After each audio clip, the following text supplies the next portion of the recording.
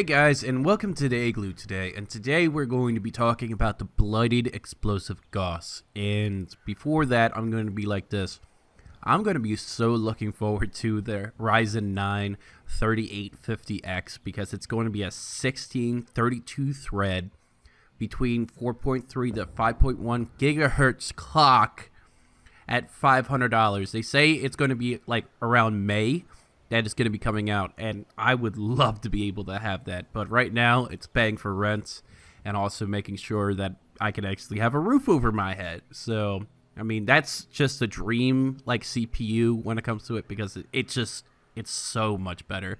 Yes, I have a 1900X right now, and the only thing that I really get a benefit from is PCIe lanes, but at the same time, there'll be PCI 4 with the Ryzen 9 series, and it looks so killer when it comes to this, and I don't really know if it's going to be a crazy big difference between the 3800X or the 3850, but that's it. So we're going to be talking about the whole Bloodied explosive Gauss. Now, it is not one of the best ones because if you have mutations that limit your energy resistance or energy damage, this is not the weapon for you.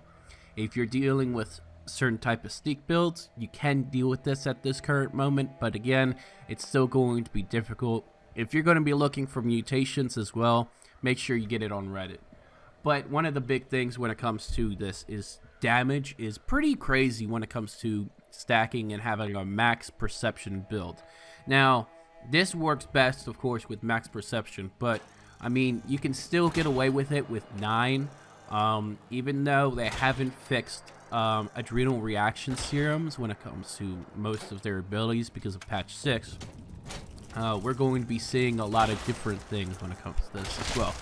If you're using this for farming white springs, this is one of the one-shot killers that you could be using in your arsenal when it comes to this kind of build setup. The reason why I say it's a one-shot kill weapon, just like the Bloodied explosive hunting rifle, is that when you are hunting white springs or a variety of such, you're killing glowing ones. And the perk with having max perk glowing ones card with all the max perception cards for a non-assault rifle variant or a non-automatic variant for this is actually going to be the most ideal effect. Even though everything has been nerfed to the ground, again, it's only the pure builds that really will survive when it comes to most of this kind of setup, and you're going to be seeing that further on down the line as well. Most of the time that I'm taking damage or I'm giving damage to these type of enemies, it's really pertinent to the story for what you can actually see. The charge up rate when it comes to the Bloodied explosive Gauss, it still takes a little too long. I would rather have a hunting rifle when it comes to DPS, because the DPS is completely affected by the charge rate that you have on the Gauss itself. Yes, it is one of the staple weapons in Fallout's universe, but at the same time, if you're going to be worrying about DPS when it comes to damage on target, now that everything has been extremely, utterly nerfed, you're going to have to worry about the difference between explosive variants, or you're going to be dealing with a mixture of VATS variants. Now, my character does not have everything to be a pure of each, because you would have to be taking so much time to architect your character to be around there, because I've been experimenting with this character to have max charisma, so I haven't really worked that much to get max charisma on this character to see the difference about high tier loots. But when it comes to most of the stuff that I've been finding on the market, I've been having more and better results personally with my setup with having 10 charisma right now, but I'll be finding different varieties later on once we have PvP servers. So, the other things that you're going to be looking forward to is ammunition. Ammunition is going to be extremely easy because the regular one requires only lead and steel, not gunpowder, because it's a energy type weapon. If you're going to be priming this, it is a very expensive weapon to prime. You're going to need to have Crimson Flux on top of everything else. This character does not have it learned on it for the prime receiver. I would not want to have a prime receiver on the Gauss in itself in the first place because the ammunition weighs a lot and you wouldn't need to have other things like, I think batteries included for this type of build set, so that it would not complement very well when it comes to a lot of perception builds because you have low levels of strength. Again, that's mainly what I've been feeling when it comes to most of this type of variants. You can choose other things when it comes to different variants, different weapon types, and if you are lucky, ammo reduction perks.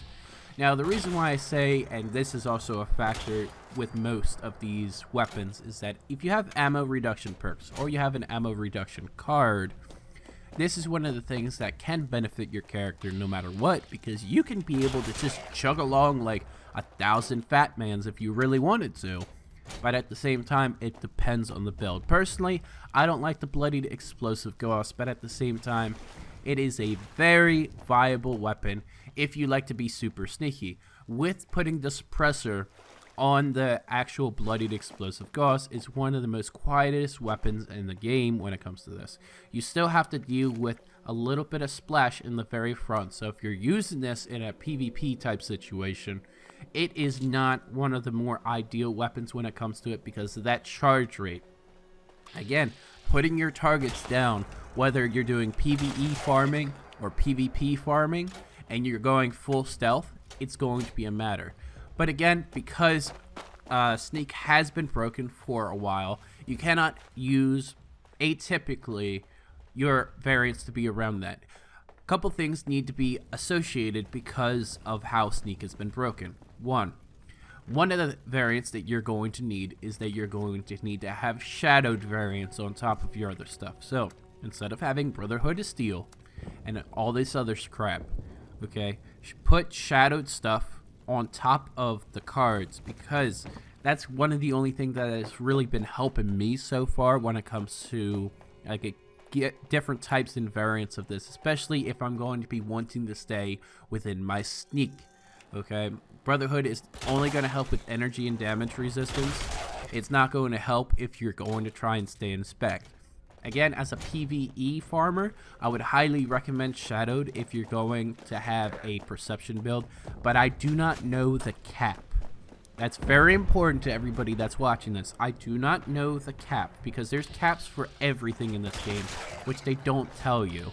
So again, take it for what you have. Maybe it's 2 pieces of armor, maybe it's 3. I don't know the variant type that it's going to be for, but I mean, you might be finding it out yourself when you're going to be doing these type of builds and setups that you're going to have for a Sneak min-max build if you are doing that type of category. Again, this is a sniper rifle variant. The Gauss rifle is a sniper variant. You want to be able to sneak, shoot your enemies from afar, just like the Bloodied explosive hunting rifle that I have. And you want to be able to get your shots on target as best as you can. Also why I recommend the suppressor, because of the Sneak is being broken at the current state. The only thing that's going to help you mitigate some of the aggro going away to danger is the suppressor. Highly recommend having suppressors on all your sniper rifles when it comes to this type of category. If you guys like this kind of content, please leave a like, leave a comment down below, and have a good one.